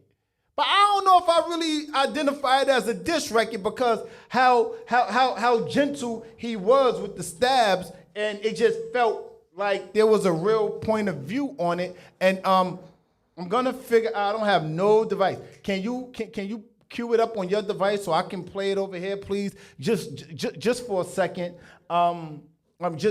Just cue it up and then go to your settings and I'll fix it all up. Party song. Thank you. So while they get that together in the background, I just think that it's very interesting to me. Okay, wonderful. Just give me a second, guys. I'm going to get this all the way together for us. I just want to say you get on my nerves because I didn't get to say that since I've been here. Thank you. Not thank you. Meg Thee Stallion on the couch. Meg Thee Stallion, Party. How do you feel in regards to the victim, when the victim playing the victim when you're really the accuser? To that you say what, guys? Please tap in real quick. Go for it. Okay, in general, first, the song you're about to play, I probably never even heard it. I'm probably the only one on the podcast that has never heard it. I'm not a Meg fan. You said earlier, women only rap about certain things, and I feel like she's one of them. She's a real pretty lady, don't get me wrong, but as far as her music goes, it's a no for me. As far as women playing the victim, I feel like she has a track history. Not to say that she is incorrect and that there's not a truth to her story, but I feel like every time it's just always something with this girl. So at some point in time, maybe she is playing victim and maybe the problem is her. You know what I'm saying? Yeah, and maybe not even so much her playing the victim, but maybe she just, again, like I say, putting herself in a place that allows these things to keep happening and just being in the wrong place at the wrong time. And I think you have to hold yourself accountable for that too. If I'm a person, and I'm just gonna use this analogy, if I'm a guy and people say, D, you're a nice guy, but every day I come home from work and I'm hanging out in the corner where the drug dealers and the D-boys is at, and something happens to me or I get shot, the first thing people are gonna say is, why were you even out there? That's the first thing they're gonna say. After they, see if I'm alive or if I'm good. Why was he even out there? He knows better than be out there. I feel like that don't happen for a lot of people that have the track record that you talk about. Not even men or women. I'm just saying. It could be Meek Mills. It could be Jay-Z, Jadakiss, whoever it may be. I just feel like when you allow yourself to be in a certain place and things happen negative, and it keeps happening negative, that at some point you gotta hold yourself accountable. So I'm not even gonna just say for just Meg, but I just think that even hearing her making a diss song against somebody she used to date, after she just going through the heat that she was just going through, is like, that's not good publicity right there. Cause it's just like, it's gonna make people think that, was you lying all the way with the what's his name? Not Trey Songz. What's the other guy that is in jail? Tory Lanez. Tory Lanez, right. And all they need is something to happen now where something comes out that was wrong, and for him to get a reversal, and it's just like. I agree, but I feel like even as people, we tend to, even with dating, we have a type. So maybe she's not putting herself in that situation. Maybe she's just following that, but not knowing. Yeah, it's her track record. So she's not doing it deliberately. She just happens to be messing with her type, and that just happens to be her type. It's going to keep being a pattern unless she removes herself. Unfortunately, when we're in the pattern, sometimes we don't know. Oh, no, I know when I'm in the pattern of toxicity, I know that this is not where I'm supposed to be at. I guess some people are so used to it, to the point of trauma, that they don't understand that it's not the right place to be in. But I be knowing when I do something, I'm like, yeah, I did that. Like, that was me. But then I won't do it again, though, because then I'd be like, I know what's going to happen. Only if you're aware. You have to be aware. Oh, so you're saying once you start making all that money and all that, you don't get yourself aware. We keep saying money. Money doesn't bring that out of you. We're still You people. said you Back to brought the money Cassie up and first. Diddy. Maybe she didn't. She was in it, but that doesn't mean that she knew exactly she was in it until she came out. Glenn said that. When you're in it, you don't know until you come out. All right, so I teach middle schoolers up, so I should give them all grace when they keep standing out their seat and throwing stuff across the classroom and all that. Because I mean, and we talking about 12 through 16-year-olds. We talking about a 30-something-year-old adult right now. Like at some point, we make mistakes as we go along. Like honestly, age is nothing but a number. We're gonna be learning stuff up until we're like 50, 60 years old. We're gonna be 60 years old and say, "Hey, you should have never made that mistake because you're 60 and you know better." So does that marriage hold the same for who we was talking about a second ago? Diddy and Cassie? Yeah. Age ain't nothing but a number. Because making the same mistake till you're 60 is crazy. So picking A the little. same type, and you know that's a toxic type, that's crazy. That's crazy. Thank you. There's at a point in the time where you gotta be like, okay, that might have been my type, but that's not the right type. So let me change this type. You know what I'm saying? Right. You gotta, that self accountability. We gotta wake up because again, like we talk about on the show, we giving her mad grace right now. I'm not trying to jump on the sister, but I feel like the sister that's speaking is giving her grace, and I feel like the brother that's talking is kind of more on point. That's and he said it without DWI. That's disrespect DWI. That's DWI. So look, let me play this. Let me play this record. I'm gonna play the record, and you guys gonna hear it live on Broadway podcast. Check it out. After watching people drag your name and talk about you in unfavorable ways in order to get attention or clicks, I never thought you would do something like that to me. I'd like to apologize for no longer keeping up with your lies or supporting your habits to tell half-truths. I hope this message reaches you well. Hope you get the help you need. Live on Broadway podcast. Look, you talk shit about Kellen, shit about Jayla and Darren. You talk shit about everybody except for the person in the mirror that's staring. You talk shit like you Keisha, then cry like a Karen. Fuck awards that you won, money you got, clothes that you wearing. A whole lot happened in this last 2 years, but this is the part that you sharing. I just wish you tell the whole truth. When you was going through shit, how I hold you. It's gonna be okay is what I told you. I was the realest nigga you was close to, and that's real. The people that know you don't love you. The people that love you don't know you. I loved you out loud, I was vocal. Said you never seen it up close. I said, come here, baby, let me show you. Sit down for a second, girl, you need to hear this. Be for real, you ain't even realistic. Got light pole, then you started posting gym pics. The things that you're doing is sadistic. Spend 4 hours doing glam, not a blemish. But your foundation is off, you need to fix it. Clean up your spirit. And not just your image. I thought that's what you was doing with your downtime. When a snake shed his skin, it only changed on the outside. You got emotional hurdles. Man, the work that you need is internal. When love goes bad, can't believe it. Archive pics so you can't delete it. Damn, see me with Jada Kingdom, and then you went Jada Pinkett. Saw you pop out, wished you the best. You see me pop out, start gripping your chest. Damn, thought you was on an island, healing. I guess the new album need a villain. Brand new way for you to be a victim. And you did all of this on my daughter's birthday. Ooh, girl, you consistent. Shit, I gotta love you from a distance. Same nigga that you did all the tags for the beats. You let that nigga tag, let him beat. You let me give him that when we meet. Even that, I kept discreet. I asked you to your face, did you fuck them niggas? And you swore on your mother. I knew from then I couldn't trust her. More lies from the lips of a lover. Same lips that I got tatted on my shoulder. Even then I kept my composure. I was supposed to. This the girl that I'm trying to propose to. Listen. Not too much on the record. Y'all guys go to tap in with it and get acquainted with it yourselves. My point inside playing the record is there's a lot of, my bad. There's a lot of tea that he's spilling, but I don't think that it's really tea when it's already been spilt before. A lot of what he's saying we are already familiar with. So I guess my question to you guys is playing the victim when you're the abuser is crazy. To that, you guys say what? I yield to the room first, and then I'll spread out into Instagram and then Clubhouse.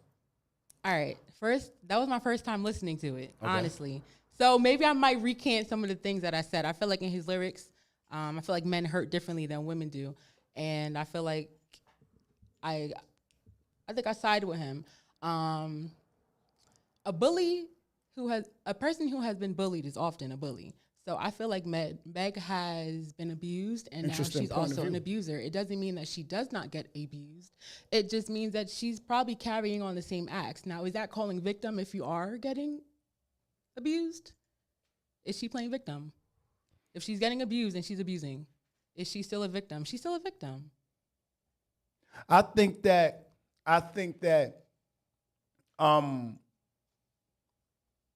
and I'm going to wake it up because I heard some narratives being painted earlier by way of the commentary on the Diddy and Cassie segment. I think that she is Diddy in this realm, right? And I'm going to show you the parallel. I think that it's, like I said earlier, it's very easy for some women to be the victim because this is what you guys are born into, victimhood, right? I think that when it goes well, it's yes, you stood up for us. When it goes bad, it's silence and crickets. I don't know if ladies, and I'm looking to you guys for counsel. I don't know if you guys verbally vocalize when the victim is the abuser and it comes out as the abuser. Because I ain't hear nobody say much about Amber Heard and Johnny Depp. Oh, white people problems? White people. Look at us. Look at us. Black men, black women, and then there's the other generation. I mean, other genders and races. We got to deal with us first. So. Yeah, but you see, and I think that's the problem, respectfully, D. I think that's the problem. I think I'm a man, and I don't care if you're white, Puerto Rican, or Asian, right? I think that you're a man.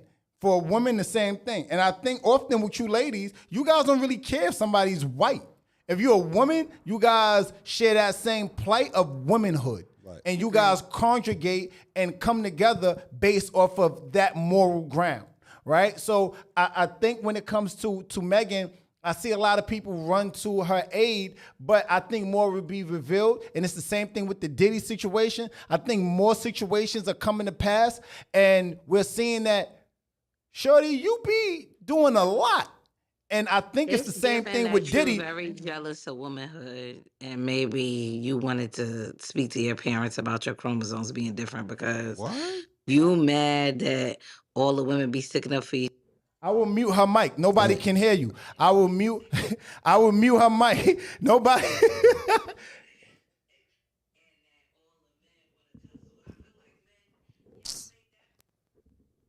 Keisha, okay, y'all, it's y'all fault that y'all don't run to the aid of each other. You know you are loved and respected, no. but nobody's running to nobody. We gonna speak from our perspective, and we gonna call it what it is.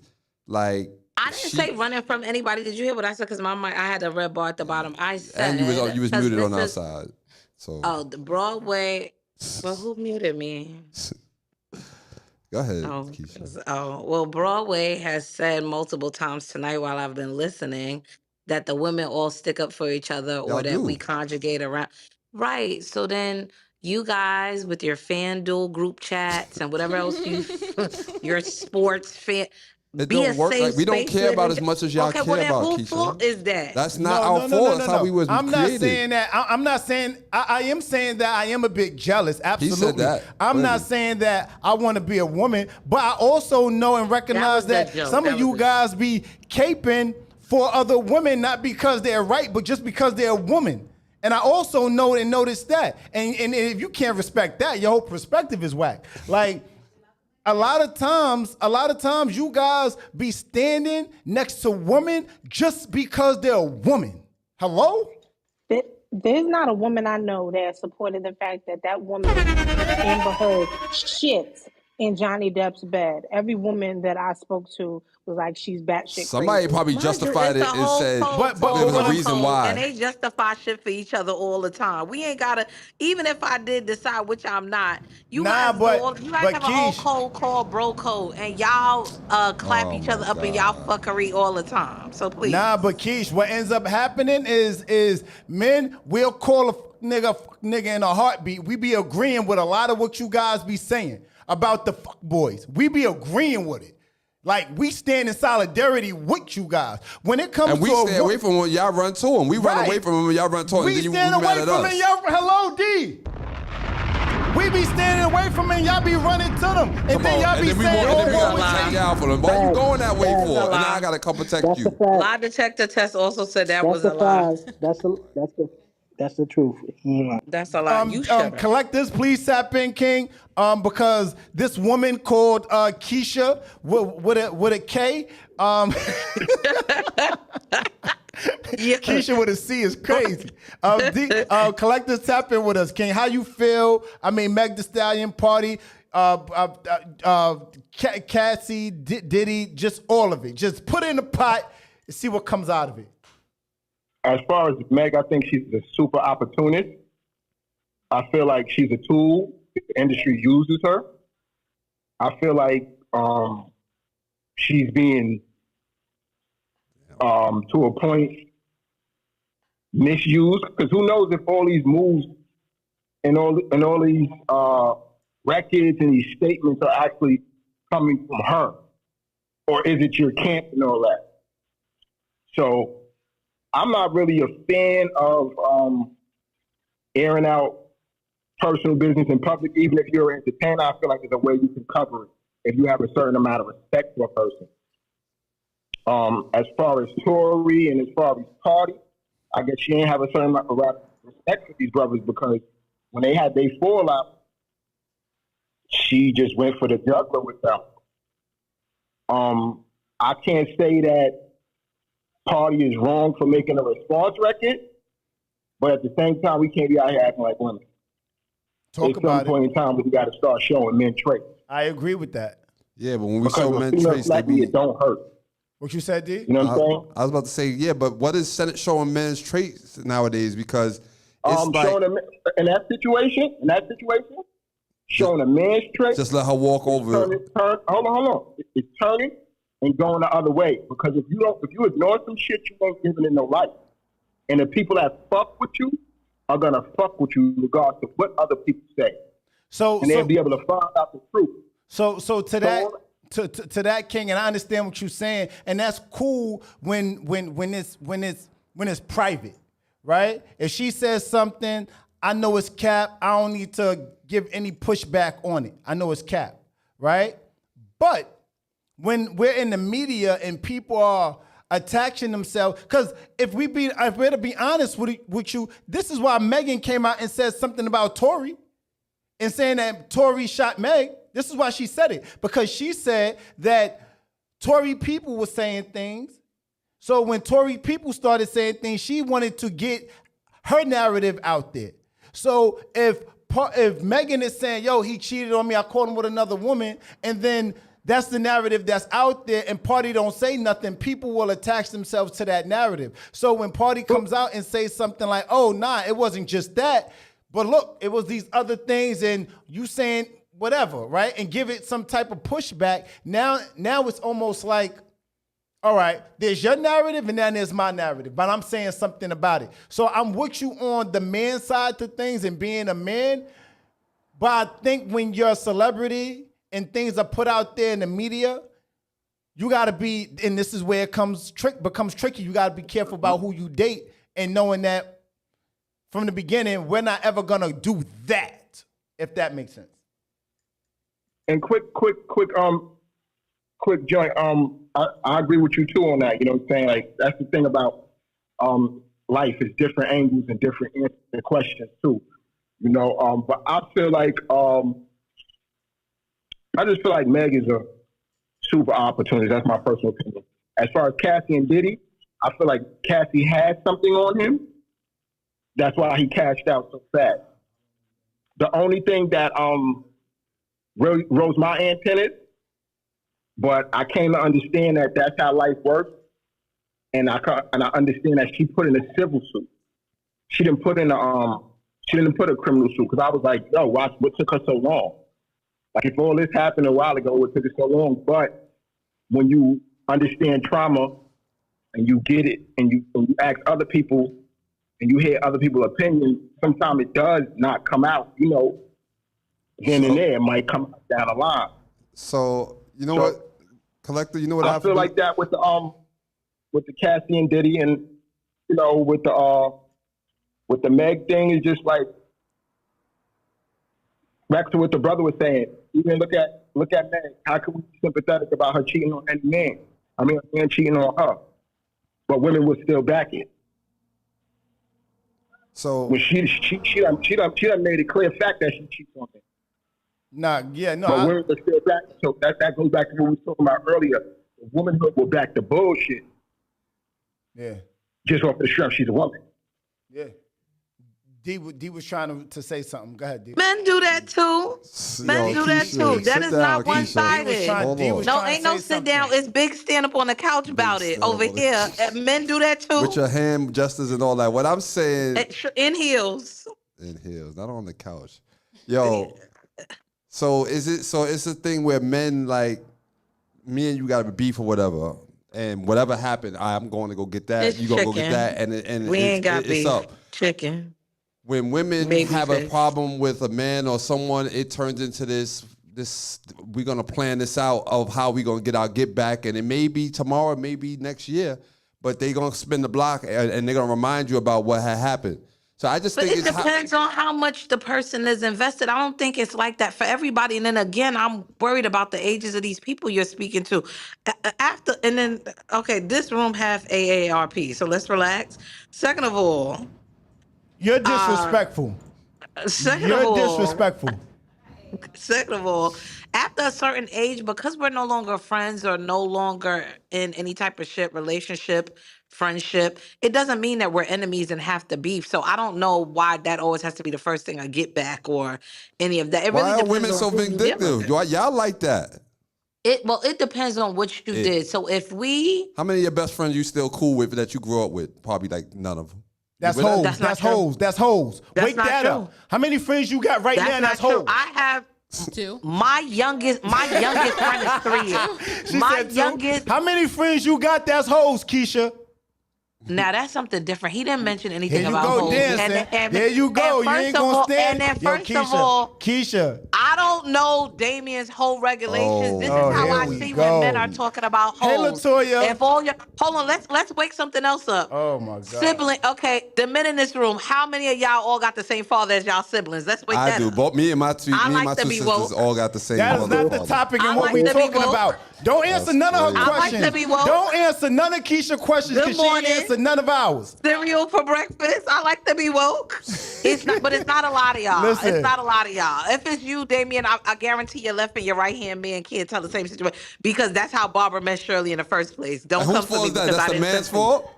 That's next. That's your mother's fault. That's your mother. That's a woman that was having babies by multiple men. Hold on, wait, no, one mic on Broadway. That's a woman that was having multiple baby fathers. You guys are the architects of sex. We say relationships, right? So if you guys are having sex with multiple men and letting them knock your hole loose and nut in you, right? And letting it ooze out of you, hello? What is happening? Wake it up. Wake it up. First of all, okay? But so if D, God forbid, not too much on D's mom. Hold on, one mic on Broadway. Hold on, Keisha. Keisha don't even talk like that, B.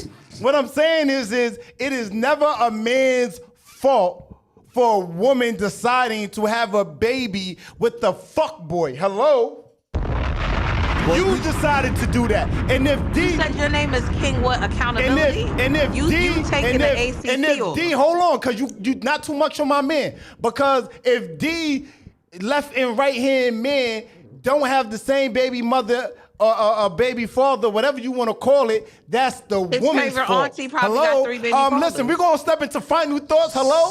Anybody can hear me? Latoya, how you feel, Queen, before we go into final thoughts? What's up, y'all? How y'all doing? You know Keisha always got to bring it up out of us, yo. Pause. Big up and big respect to Keisha. What up, Toya? Quickly, Party, Meg, Diddy, Cassie. What you got for me, Queen? That Diddy and Cassie situation, I think is just real messy. Like, it's just too many variables that could be going on. Could be the reason why they settled so fast and what she may have in me. It could be anything. And honestly, yeah, she was a victim at some point, but at some point she woke the fuck up. You know what I'm saying? Because she wound up moving on eventually and getting a man and marrying him and having kids. So I don't know. That situation is just so messy, and I don't want to touch it because I don't know them personally, and I don't know nobody that know them personally. You know what I mean? Yeah. So, now the Meg and Party, A mess. that right there, ooh, like she's just lost. And honestly, wake that up. I think that him as a man, especially being that she didn't say his name. Yeah, we all made her knew what she was talking about, but she didn't say his name. Like you went there and wrote a whole track. He did Like say his name. you came politely. You came very politely with it. I give you that.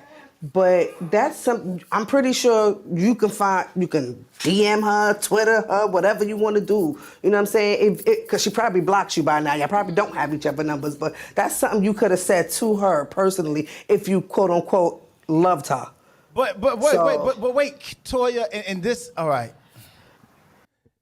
No, so the issue that we about to step into final thoughts, but my issue that I have with that is you're right. But she could have did the same thing. She was the initiator. She started it. So if publicly is what I'm mentioning. So if she wanted to give him a call, text, DM, and keep it off socials, she could have did that first. And this is what I mean by the grace that's being given to her. And we're gonna totally by step that she's the initiator of the public scrutiny. Like he responded. So she didn't call his name. She But didn't it say, yo, don't- Party, okay. I call Party sucking Okay. his dick suck. Like, come So on. who is she talking about? Okay. Then? Some random dude? Okay, don't worry about it. It could have been just a line to fit in the song. It's Who okay. knows? Because hold on, stop. I need the viewership to see it to be what it is. We don't need to contest it. Right, they can see and hear Final exactly thoughts. what I'm saying. Can't We're wait gonna for step into mine. final thoughts. Big shout out and big respect to the room and the platform and what everybody else been doing. I love it. Tap in. Final thoughts. I didn't say she was wrong, but Final go ahead. thoughts. Final thoughts. Hold on, Keisha. I'm going direct and say what. Let me get there. So final thoughts. We're gonna start with Clubhouse. We're gonna start at the top with Allison, and then we're gonna bring it down, and I'm gonna give it to the room last. Then I'm gonna go to Club Instagram, and then you guys gonna tap in. And so let's do that. Allison, final thoughts on you, Queen. Oh, wow. So much has been said tonight, and the bottom line is all of them have been victims. Trauma has no timestamp, and I just hope that everybody gets healed because Diddy clearly has a problem. Cassie's still obviously hurt. Yeah. Megan is depressed, and Party is offended. So Good answer. Good answer. I just want everybody to be healed Love through the it. world. Love it, Queen. Love it, Queen. And I appreciate you too tonight, Allison, for background checks and thank you, Queen. Toya, big Toya vibes. What's happening with you, Queen? My fellow Harlem native. I just think I will piggyback off of what Allison said. They all need counseling. Veggie Everybody's hurt in some form or fashion. And to go back real quick, I didn't condone her behavior. I just said that she didn't say a name. That's it. And so everybody honestly needs to seek help because especially Diddy, we've been hearing that stuff for years. And it's just like, okay, finally now. So just hope everybody could get their shit together. Yeah. I love it.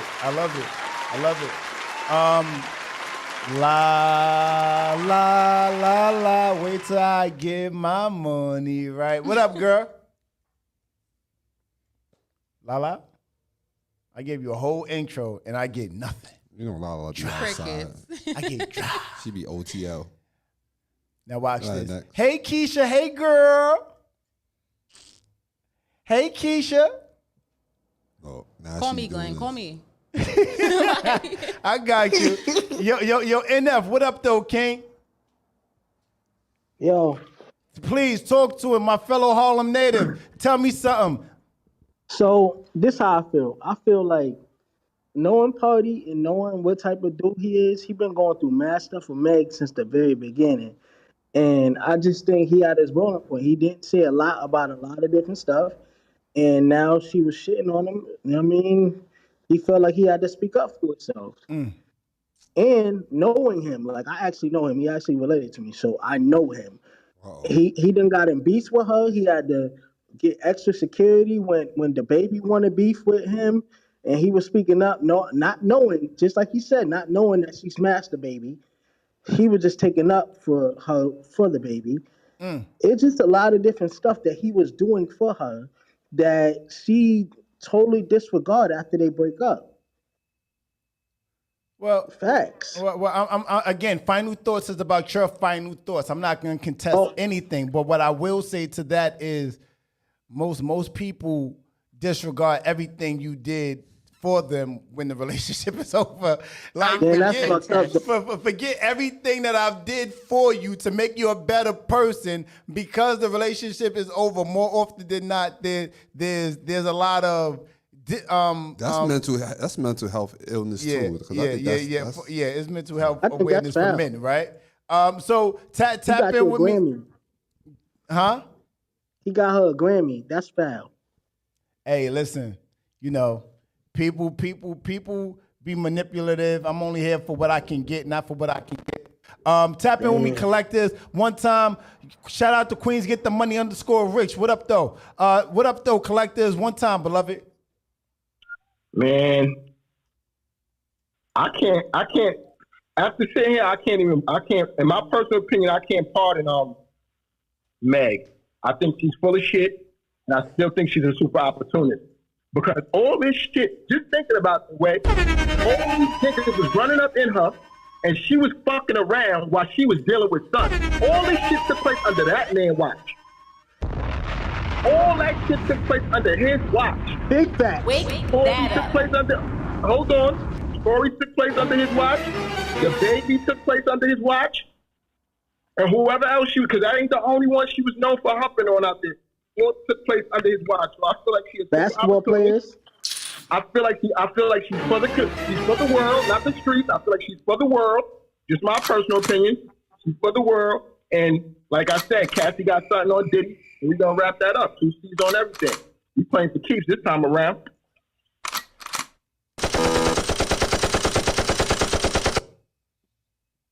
And I also think Cassie great. One hit wonder. Wow. Oh my God. D, what up though? Final thoughts, King. That was the end of the clubhouse room? Okay. All right.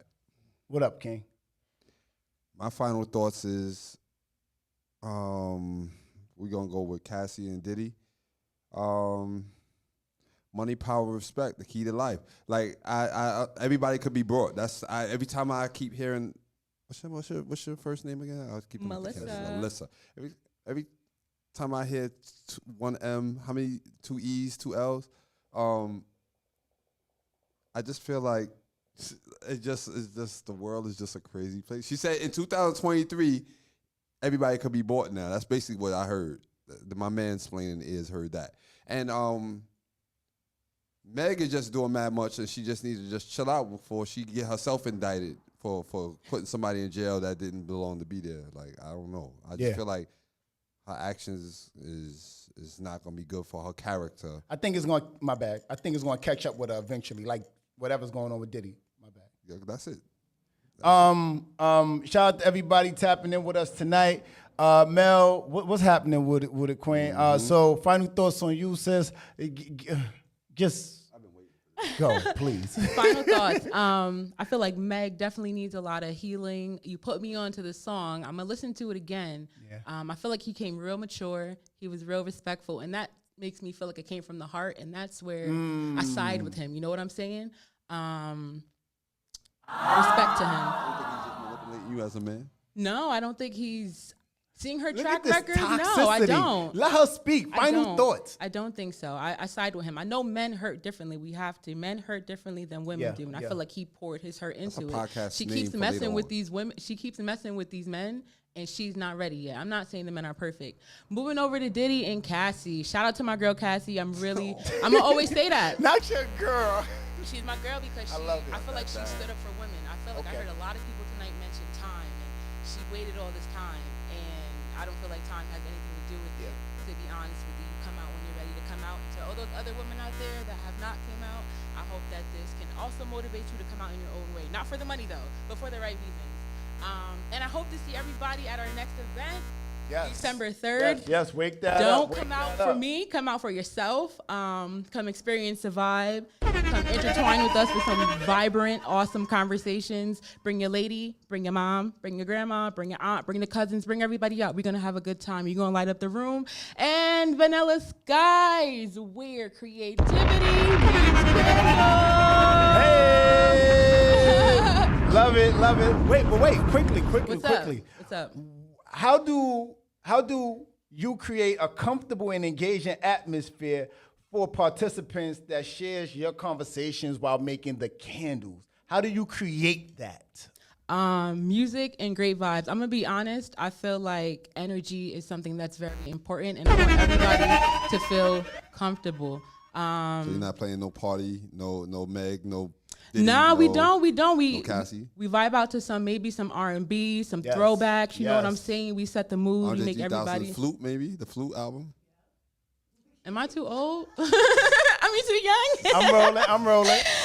But yeah, no. You know, we pour it up sometimes. You know what I'm saying? Just come out, let your light shine. Come out, you have to be open, be willing to learn, and good vibes. Yeah. Good vibes. A sponge. I love it. Good vibes. I love it. I'm sorry. I have one more question. I'm sorry to give you so much. Are there any prerequisites for joining the class? You have to book your ticket online at eventbrite.com. You can visit Vanilla Skies event space on Instagram. It'll be posted down below. Be ready to learn, dress comfortably, dress cute. Our next one is holiday themed, right? Yep. So if you want to come out, wear a little red, wear a little green, you want to put a little reindeer little thing on, go ahead. Like, enjoy the vibes. You have to come out. You have to put yourself in the space. We can't put you in the space. I can help you, but you have to be coming willing, ready to vibe out. Love it. December 3rd, make sure you tap in Vanilla Skies JC on Instagram, Vanilla Skies JC. Hit that link and get your tickets. It's going to be a nice vibe. I'm certainly coming. I'm going to try to dye my beard a little bit gray and get ahead of myself. You know what I mean? So I could be Santa Claus. Hopefully Mrs. Claus come sit on my lap. Hello. Ooh. Hello. She looking around, y'all. And a lot of people was giving a lot of great feedback to my lady trying to seduce and scheme me on my Instagram story the other day. It did not work. We went home and went to sleep. Hello. Just to give you guys a little bit of what happened. So final thoughts on Broadway. I believe that we definitely have to offer grace. I'm definitely not a woman, right? But I do echo a lot of the sentiments of what Keisha said earlier. And that's, we can't be so forthcoming with these ideas of what it's like to be a man or a woman if you're a man or a woman, and it's vice versa. Y'all get me? So what I'm saying in short is offer grace. A lot of times, also, a lot of what I saw on social media is people dogpiling. I don't like the dogpile, right? I don't like when this person comes out and says something about that person comes out and says something about this person. And if you were there and you're a part of the actual equation, then it makes sense. Otherwise, I don't want to hear what Young Jock is talking about. I don't want to hear what the funny dude from the West Coast is talking about, right? I don't mean funny as comedic. I mean funny as you funny Negro, right? I don't want to hear what you guys are talking about. I want to hear from the real victims, because it becomes hard to hear the right people that has right and real valid stories, and there's a lot of validity to what they're offering. It becomes hard to hear that amidst the white noise. I also think that you got to be careful. You got to be very careful about the critique. You got to be very careful about the critique that you offer to others, because God forbid it don't go in the direction that you were hoping for. They may never forget. So Diddy settles this case, and he remembers what Young Jock said. And Young Jock is not so much on Young Jock, but anybody that's offering critique about something that you wasn't a part of the relationship. You're not a friend or family on Cassie or Diddy's side. You're not even a part of the label. You're not a part of anything. So mind your business. I think there's a lot of value inside of just minding your business. When the smoke clears, eventually, you're going to look like the crazy one. You know, so I think we got to offer a lot of grace and humility for those that's going through what they're going through. I send a lot of healing light to Cassie. I send a lot of healing light to Diddy, right? Both victim and accuser, whomever is whomever. I'm not the one to judge. But I just think that, you know, we got to definitely offer grace, humility, and understanding towards different people's situation. And when you put the microscope on people that are celebrities, those that are regular people that work a 9 to 5, the only thing you guys can do and offer is recognizing that you guys aren't a celebrity. You can offer empathy, but you're not quite that, right? So not too much on the celebrities and entertainers. When it comes to Party and Meg, I think that more will be revealed. I think that Meg is, listen, I know a lot of people in corporate that disagree and don't get along with, I know a lot of people that's been in corporate for a long period of time, and a lot of new people that's just getting into corporate, like positions, and they don't like other people. But what I often tell them is just do your job. Keep your head down, do your job. Because what ends up coming out is eventually the white noise subside. The cream always rises to the top. The person that's being the instigator, the person that's doing the thing.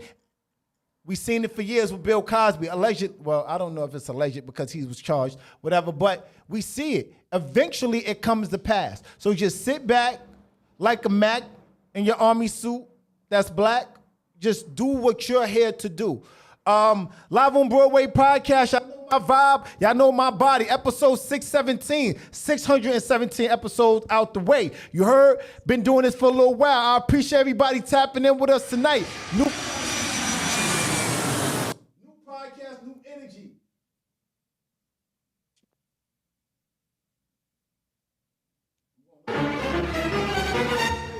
Somebody mute her mic, please. I'm trying to rap and do a podcast here. New vibe, new energy, new vibe, new energy around these parts. Live on Broadway podcast. I appreciate everybody tapping in and pulling up with the smoke. Appreciate the conversation from the room. Shout out to my guy DWI Music. You heard what I'm talking about. Shout out to Melissa. Shout out to you. Shout out to the collectors on Instagram. You heard? Shout out to Terica, shout out to Lolo, shout out to my YouTube viewership, shout out to Allison, shout out to Toya.